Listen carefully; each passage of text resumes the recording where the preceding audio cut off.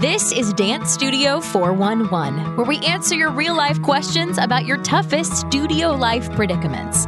Parent problems, teacher turnover, student challenges, policy dilemmas, and so much more. Let's talk about what's keeping you awake at night and what you can do about it. Here are your hosts, Suzanne Blake Gerety and Jill Tirone.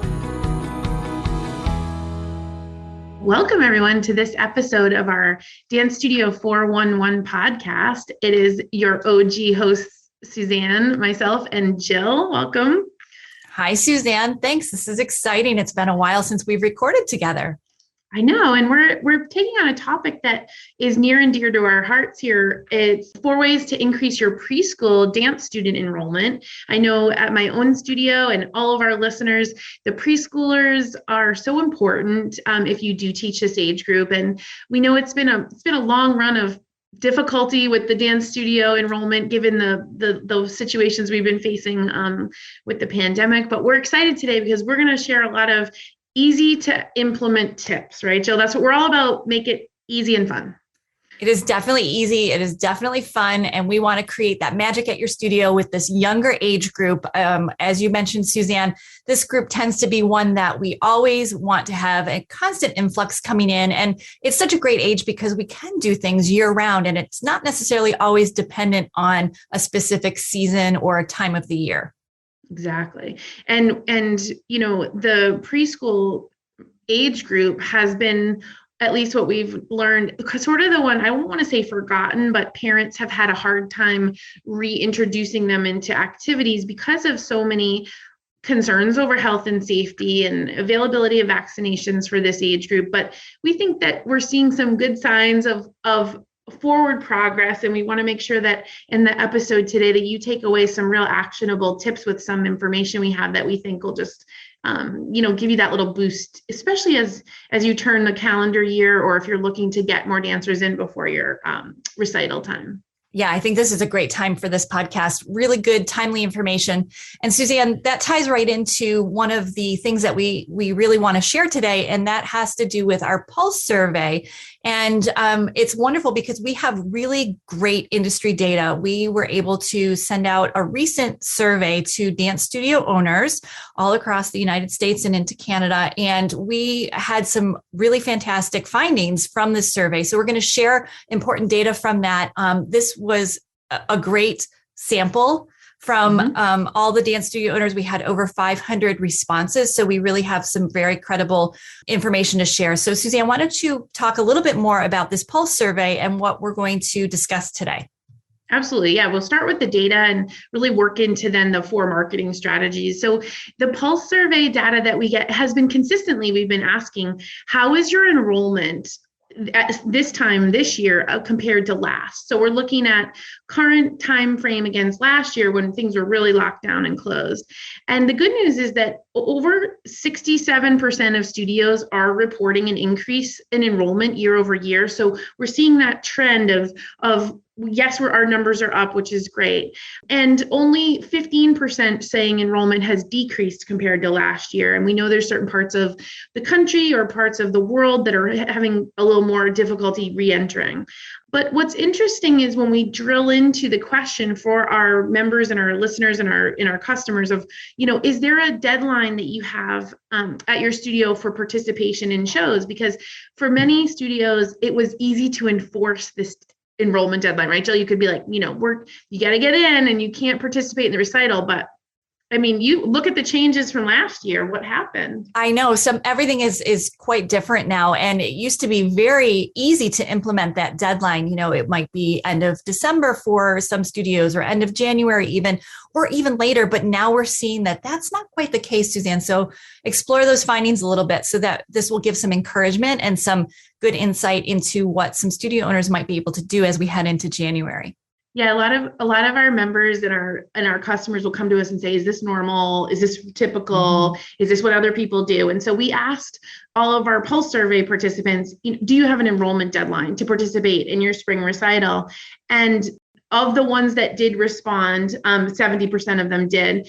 And the highest month of deadline cutoff is January. So January is the most popular month that our dance studio owner customers say you have to get in order to participate in spring recital.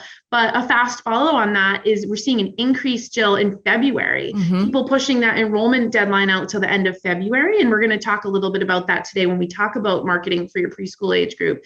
And then followed by December. So some people push it up a month.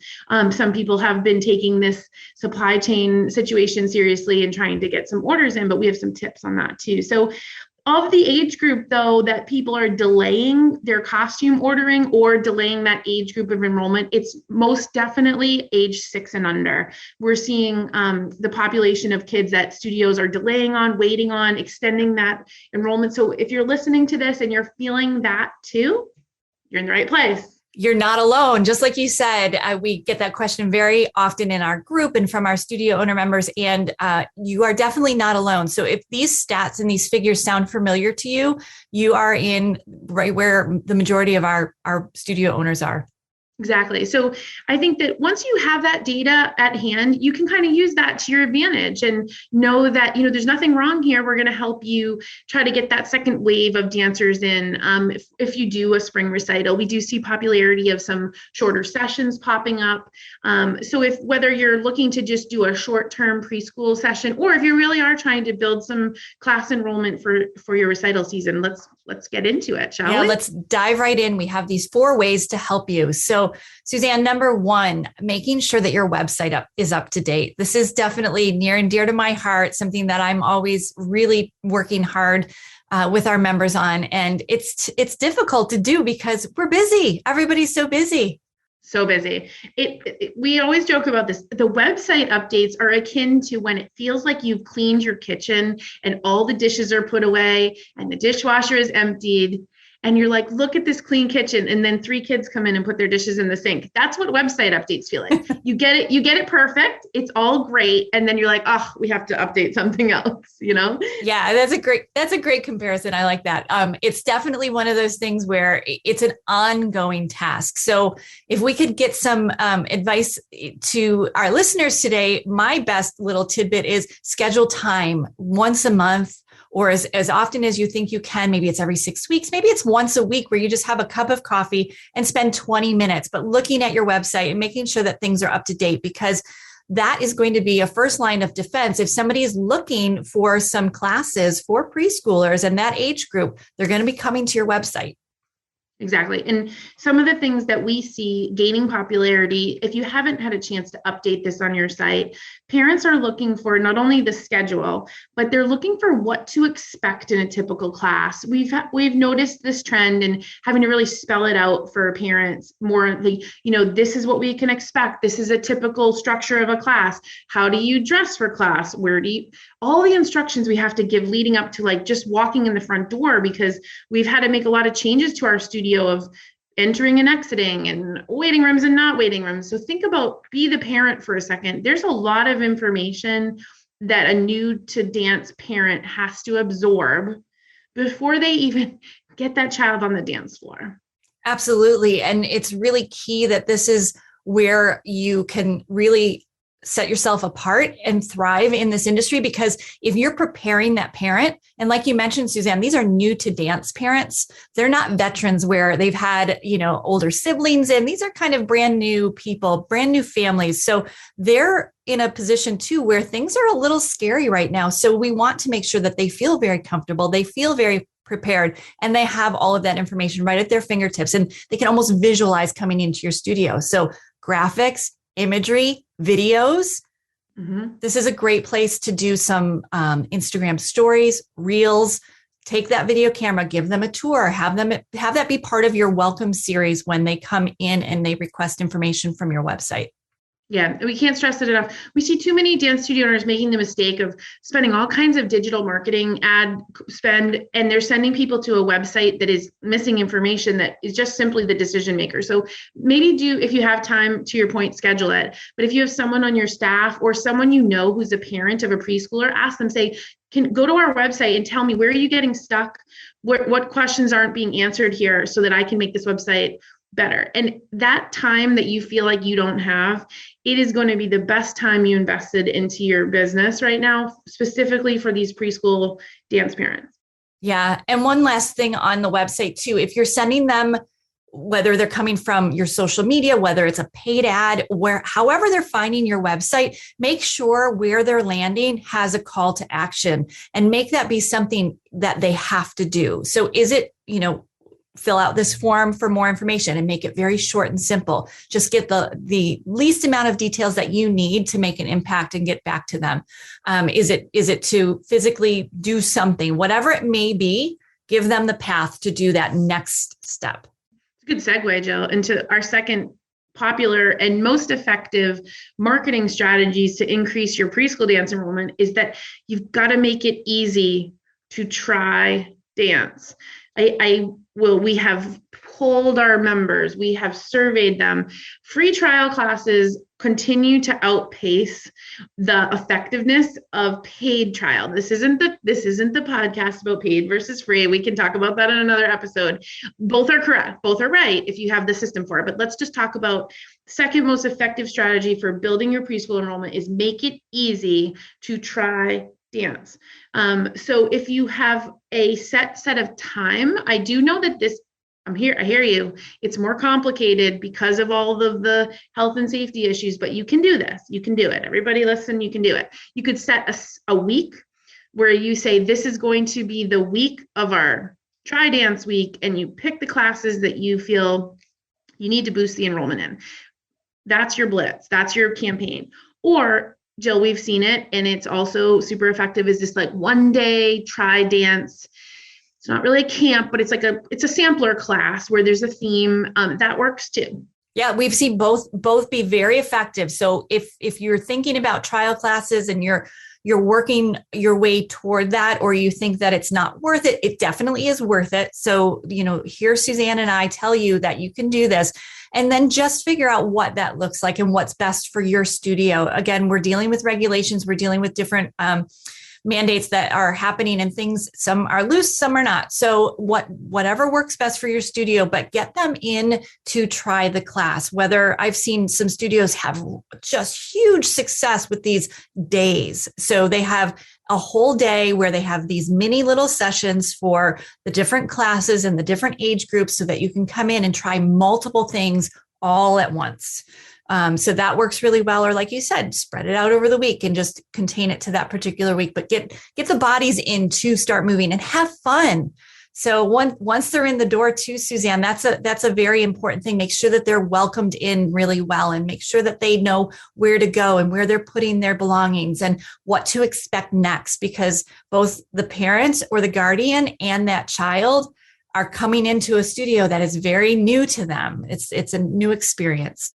Yeah, I think we have to remember that the trial class model is still very popular and useful in the dance space, and you can do it. You can modify as needed, and we're here to support you. And it might feel like extra effort to say, some people will say, oh, I only got 5 new students. I'm like, 5 new students? That's amazing. That's amazing. Every student counts, one at a time. I think that we have this misconceived notion that we're going to put out a campaign and we're going to get 50 new students in a week. It's just, listeners, friends, studio owners, it's not like that. It is one at a time. It is day by day, putting in the work, being consistent. And then you have a steady machine built on your website that helps you find those new students while you sleep. It's good. I like it. Absolutely. And then this will tie right into our next point. Number 3 is giving them something that makes it easier to participate. So what type of incentive can you provide? What's going to be that tipping point for them to come to those classes or to try your studio or to sign on and actually be an enrolled student? So Suzanne, we have seen some really, really fun, great success with campaigns and marketing campaigns with an incentive. Why don't you touch on that? Yeah, so nothing is more exciting than having a piece of danceware add a lot of value to a student's registration. So for those of you listening who are already using something, say a skirted leotard or a pair of ballet slippers or even a pair of tights as either an item that's included with registration or some sort of free extra, good, awesome, keep it up. I'm sure it's working great. If you're considering this and wonder what works, We've tested a free leotard campaign with many of our members, and this is highly successful. Remember, a leotard has a high perceived value. That's a required piece of attire. That's not something you can just always get off the street. And especially if you have a dress code or uniform, that product, say at a $15 to a $20 wholesale cost for you, can equate to a $40 retail value for a parent. And for them, that could just be the difference maker. And so if you haven't already considered using a leotard as an incentive or a skirted leotard, it's a game changer. And for a small investment into some wholesale product, you can really leverage that into registered dancers who stay with you for the season. Yeah, it's wonderful. And we would love to hear from anybody that is doing any of these 4 ways. We're going to touch on the 4th one in a second, but always reach out. We'd love to hear what you're doing as far as incentives or what's working for you, especially for this age group. But I think offering that incentive, what a great way, the child gets excited, and it's just a way to show that you care and they are special, right? We want to make them feel very special. So yeah. Okay. So tying into now the 4th one, how do we talked about the website, number 1, when we talked about the incentive, how are we going to actually get the traffic to the website? How are we going to get the traffic in to see our promotions, see the marketing campaign, maybe offering this free leotard, Suzanne? Our biggest invitation before you start running paid ads on social media or on Google is that you have all 3 of these early stages locked in. Your website must be up to date. It's not even a consideration. Otherwise, you are absolutely throwing money out the window.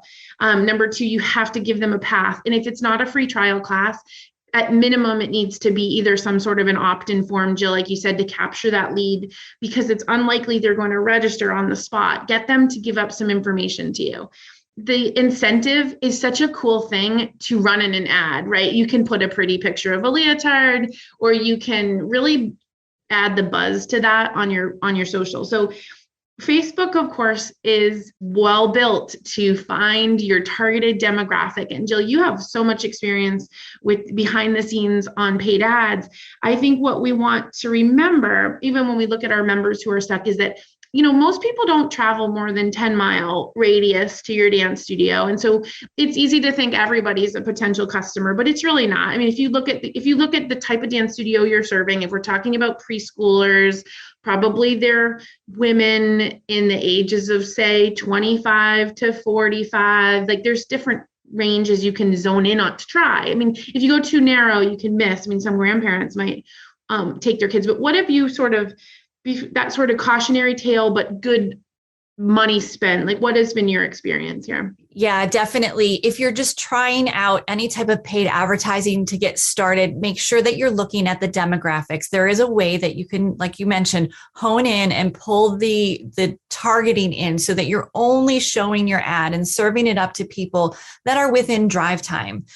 So like you said, if it's a good 10-minute drive or 10-mile drive, whatever you kind of figure based on your demographic. I know for my specific location, we don't have to go far because there's a lot of really good saturated family type neighborhoods very close to where I live. But for some of you, you may have to expand it out if you're a little more rural.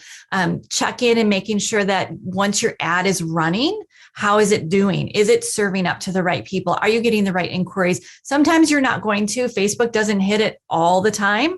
But the good rule of thumb is just as you start publishing things, making sure that you are checking those boxes, honing in and tightening up your criteria for the audience that it is going to serve it up to. And you can just take a look too at different interests. So if you know that you're looking at that 25 to 45 age group, and you want to think about their interests. Where are they shopping? What are they doing? Where are they frequenting? Those types of things you can pull into your criteria as well. So again, it's not an exact science, but if you're just serving up an ad to the whole general population, you certainly don't want people, if you're on the East Coast, have seen it on the West Coast. So again, there is a definite way that you can pull in that search criteria and make it more for your area. We often get, how much should I spend on this Facebook advertising? Yes. Oh, yes. And, I've seen industry notes saying that the cost per click goes up over time, right? It's getting harder and harder. But I mean, Jill, what have we seen average spend on a certain, let's say this is, you're listening to this podcast, you're like, we're going to try the free trial campaign. We're going to include some free piece of danceware, and we're going to take them on a landing page to our great website.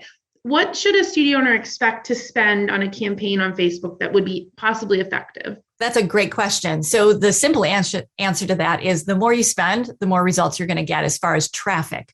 So traffic to as many people as it will serve it up to in the day, you can set a budget.